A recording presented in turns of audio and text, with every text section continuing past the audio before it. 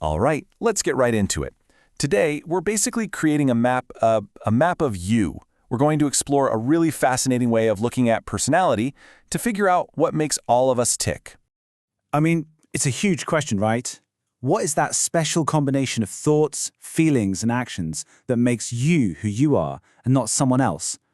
It seems impossibly complex, but what if there's a hidden structure to it all? You know, we're always describing people based on what we see on the outside. They're outgoing, or they're shy, or maybe they're super curious. But that's just scratching the surface.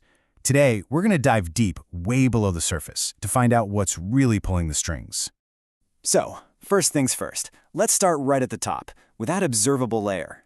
This is the part of our personality that everyone sees, every single day. And there's a name for these, of course. Psychologists call them surface traits. Just think of them as all the words we use to describe someone's personality. They're the things we can actually see in how people act and talk to each other. So, picture this. You see someone who's the life of the party, always chatting with people. You might say they're sociable or energetic. Or maybe you see someone else who's kind of quiet in the corner, just observing. You'd probably say they're shy. These are all perfect examples of surface traits. They're useful descriptions for sure, but they don't really tell us the full story. And this right here is the key. Why is that one person so talkative while another is so reserved? Just describing what they do is the easy part. But figuring out where that behavior actually comes from, well, that's how we unlock the real secrets of personality. So, let's take the plunge.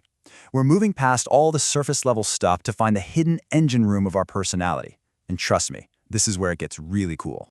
This iceberg idea is the perfect way to picture it. Up top, above the water, you've got all those surface traits we just talked about, and there are tons of them. But hidden deep below the water are the real drivers, a much smaller, more powerful set of what are called source traits. Source traits. These are the real building blocks. They're the deep, stable, core parts of you that actually cause all those surface behaviors we see. Get this, a single source trait can be the root cause of many different surface traits. And this isn't just some wild guess somebody made up. A psychologist named Raymond Cattell actually pioneered this whole idea. He used this really powerful statistical tool, it's called factor analysis, to sift through enormous amounts of data. He was looking for hidden patterns, and that's how he uncovered these core source traits. And through all of this scientific digging, Cattell didn't just find a random assortment of traits. Nope, he landed on a very specific number that he believed were the universal building blocks for every single one of us. 16. That's the number. He identified 16 fundamental source traits that, in all their different combinations and levels, can explain the incredible diversity of human personality. And check this out. This shows exactly how it works. Take a source trait, like warmth. If someone is high in that trait, what do you see on the surface? You see them being friendly, kind, and attentive. Or look at dominance. That hidden trait might show up as someone being assertive or really confident. See the connection? The hidden source trait creates the behavior we can actually see. But Cattell didn't stop there. Oh no.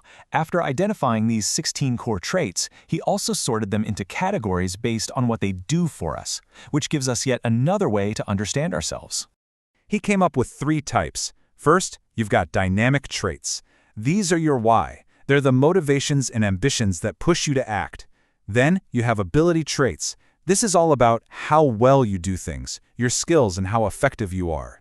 And finally, temperamental traits. This is the feel of your personality, like if you're generally calm or more excitable. Okay, so we have the building blocks and we know how they work. But the last giant piece of the puzzle is, where do these traits even come from in the first place? So Cattell waded right into that classic debate, nature versus nurture. He argued that some of our traits are what he called constitutional. Basically, they're innate, part of our biology, hardwired by our genes. But others are environmental mold traits, and these are shaped by everything else, our life experiences, our family, our culture. So in the end, our personality is this amazing blend of both. When you step back and look at the big picture, Cattell's work was a complete game changer.